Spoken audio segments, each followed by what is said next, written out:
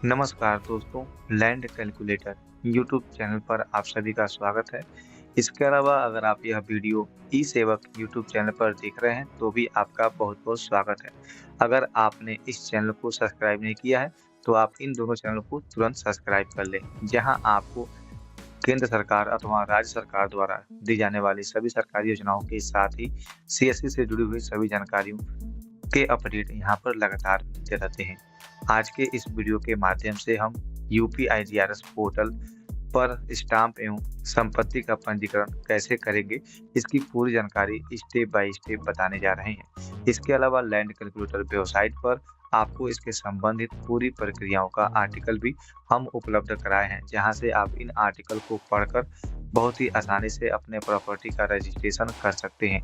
इसके अलावा property registration करने के लिए आवश्यक दस्तावेज तथा यूपीआईजीआरएस सूचकांक का विवरण कैसे चेक करेंगे, इसके संबंधित हमने पूरी जानकारी स्टेप बाय स्टेप दी है।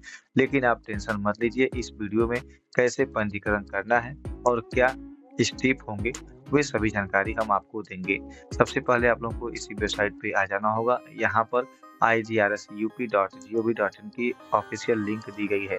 जैसे ही आप लोग इस लिंक पे क्लिक करेंगे, आपके सामने कुछ ऐसा इंटरफेस दिखाई देगा। यहाँ से आप लोग संपत्ति पंजीकरण के संबंधित पंजीकरण को कर सकते हैं। तो यहाँ पे देखेंगे आवेदन करने का लिंक दिया गया है, संपत्ति खोजने का लिंक दिया गया है, संपत्ति विवरण ढूंढने का, फिर स्टाम्प वापसी आवेदन के लिए, इसके अलावा पंजीकृत लेख पत्र का प्रमाण पत्र, विवाह पंजीकरण के भी कार्य इसी पोर्टल पे होते हैं। साथ ही भार मुक्त प्रमाण पत्र 12 साल बनवाने के लिए आवेदन कर सकते हैं। विलेखों की प्रमाणित प्रतिलिपि यानी कॉपी प्रदान करने के लिए यहाँ से आवेदन कर सकते हैं। तो फिलहाल हम इस वेबसाइट के जरिए संपत्ति पंजीकरण की प्रक्रिया को देखेंगे। इसके लिए आप लोगों को आवेदन करें लिंक पर क्लिक कर देना होगा। आपके सामने कुछ ऐसा इंटरफेस दिखाई देगा, जहां नवीन आवेदन के लिंक दिए गए हैं। इसके अलावा लेख पत्र पंजीकरण दिशा निर्देश के संबंधित यहाँ पे जानकारी दी गई है, जिसे आप लोगों को जरूर पढ़ना चाहिए। अब हम लोग नवीन आवेदन पे क्लिक करेंगे और यहाँ पे आप लोगों को अपना जनपद सेलेक्ट कर लेना होगा। जो भी आपका जनपद हो उस जनपद को सेलेक्ट कर लीजिएगा। मैं आपको जानकारी के लिए बता रहा हूँ, तो यहाँ पे मैं कोई भी जनपद सेलेक्ट कर लूँगा। तत्पश्चात आप लोगों को यहाँ पे तहसील का चुनाव करना होगा। जो भी आपका तहसील हो वह तहसील आप लोग यहाँ पे चुन लीजिए। उसके बाद यहाँ पर मोबाइल नंबर और अपना 8 अंकों का एक पासवर्ड क्रिएट करना होगा, जो कि दोनों में सेम भरा जाएगा। साथ ही कैप्चा कोड भर के आप लोगों को प्रवेश करें पे क्लिक कर लेना होगा। आवेदन करने के संबंधित तथा पासवर्ड बनाने के संबंधित यहाँ पे डिटेल दी गई है। अगर आपको पासवर्ड बनाने में दिक्कत आ रही है तो यहाँ पे दिए गए डिटेल को भर लीजिए। तो चलिए हम इस प्रक्रिया को भर के आगे के स्टेप आपको बताते हैं। आप देखेंगे मैं अपना मोबाइल नंबर और पासवर्ड तथा कैप्चा दर्ज करके जैसे ही प्रवेश पे क्लिक करूंगा, यहाँ देखेंगे प्रक्रिया पूर्ण की जा रही है, प्रतीक्षा करें का डिटेल दिखाई देगा। आपके स्क्रीन पर आवेदन संख्या की डिटेल यहाँ पे दिखाई देगी। इसके अलावा विशेष नोट में कुछ जानकारियाँ दी गई हैं, जिन्हें आप लोगों को पढ़ लेना चाहिए। अब आप लोगों को यहाँ पे क्लिक करके या फिर प्रवक्ता लॉगिन पे क्लिक करना होगा।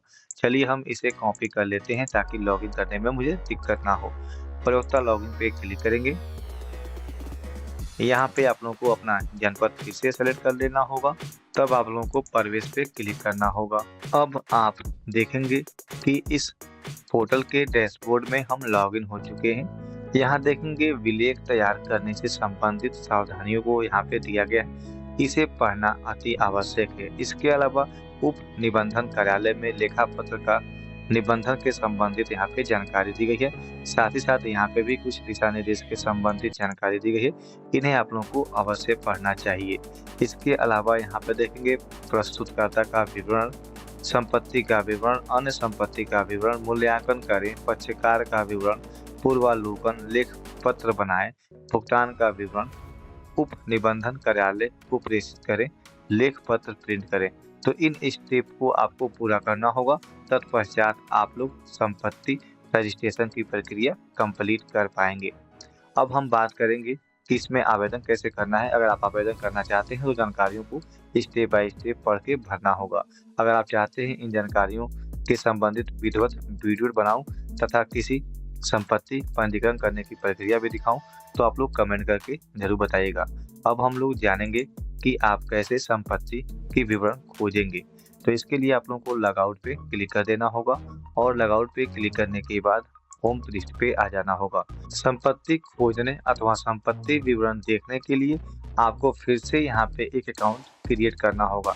जैसे कि अगर आपको संपत्ति खोजनी हो या फिर विवरण देखनी हो, तो जैसे ही संपत्ति खोजने लिंक पे क्लिक करेंगे, यहाँ पे नया रजिस्ट्रेशन की प्रक्रिया शुरू होगी, जहाँ आपको उपयोगकर्ता का नाम, उपयोगकर्ता की ID, password, mobile number, email ID की जानकारी दर्ज करके पंजीकरण करना होगा।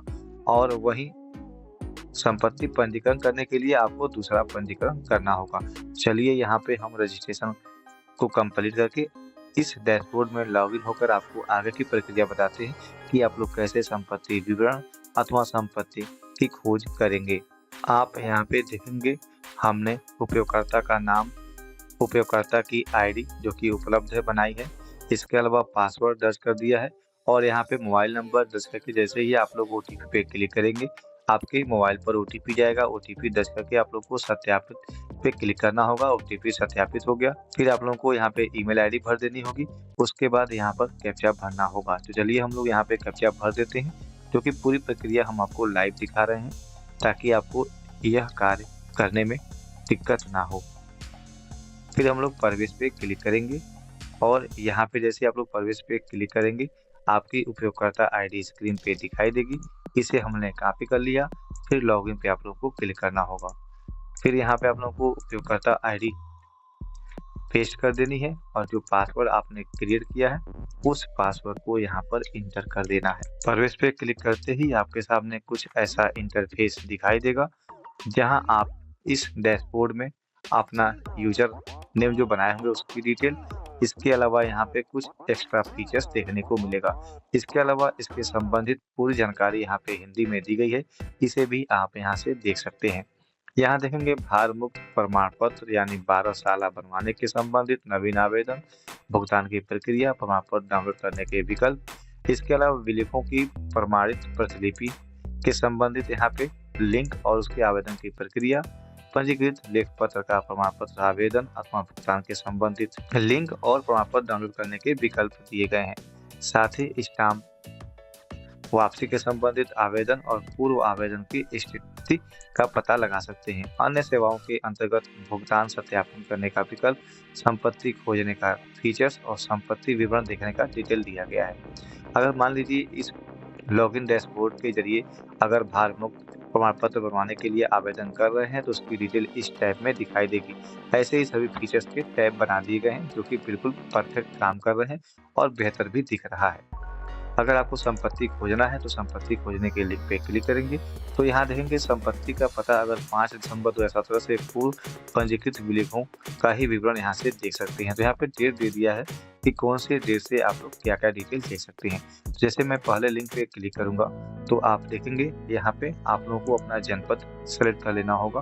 तत्पश्चात इस बॉक्स में हिंदी में ही आपको टाइप करना होगा मकान, दुकान, खसरा इत्यादि की जानकारी, तहसील की जानकारी, मोहल्ले की जानकारी और कैप्चा कोड भर के विवरण देख सकते हैं। इसके अलावा संपत्ति विवरण देखना हो तो आप लोगों को संपत्ति विवरण पे क्लिक करना होगा और यहाँ पे आप लोगों को डिस्ट्रिक्ट सेलेक्ट करने के बाद तहसील SRO ऑफिस की डिटेल यहाँ पे सिलेक्ट करनी होगी। मैं केवल एग्जाम्पल के लिए आपको बता रहा हूँ, आप मैनुअली यहाँ पर अपनी डिटेल भरकर जानकारियों को ढूंढ सकते हैं। जैसे आप लोग इस पर सबमिट पे क्लिक करेंगे, अगर डिटेल होगी तो यहाँ पे आ जाएगी। मैं केवल अनुमानित तौर पे ट्राई कर रहा हूँ, कहीं डिटेल खुल जाए तो आपको दिखा सकूँ कि कैसी डिटेल आ रही है। तो फिलहाल यहाँ पे कोई डिटेल नहीं दिख रही है, नहीं डिटेल दिख गया। जैसे अब मैंने यहाँ पे खसरा नंबर अनुमानित तौर पे डाला तो यहाँ पे डिटेल दिख गई और यहाँ पे उसकी और डिटेल चाहिए तो यहाँ पे आप लोगों को कैप्चा कोड भरना होगा। यहाँ से उस भूमि के संबंधित खतौनी आसानी से प्राप्त कर सकते हैं। यहाँ पे देखेंगे संपत्ति विवरण के डिटेल में भू खंड गाटे एवं दर्ज वादों का विवरण यहाँ पे देख सकते हैं, भू नक्शा यहाँ से देख सकते हैं, खाते का विवरण यहाँ से देख सकते हैं, सिविल कोर्ट में कोई केस चल रहा हो उस भूमि के ऊपर उसकी डिटेल, इसके अलावा यूटिलिटी इलेक्ट्रॉनिक डिटेल और क्रैश डिटेल, क्रेसाई डिटेल यहाँ से देख सकते हैं।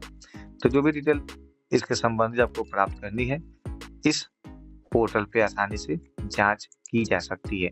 तो यहाँ पे देख सकते हैं रूरल के लिए अलग सेक्शन दिया है और अर्बन के लिए अलग सेक्शन दिया है, यानी ग्रामीण इलाकों के लिए यहाँ से और शहरी क्षेत्र के लिए यहाँ पे क्लिक करके जानकारियों को दर्ज करनी होगी। तो यहाँ पे एक लॉगिन के माध्यम से पूरी जानकारी आप इस पोर्टल से प्राप्त कर सकते हैं।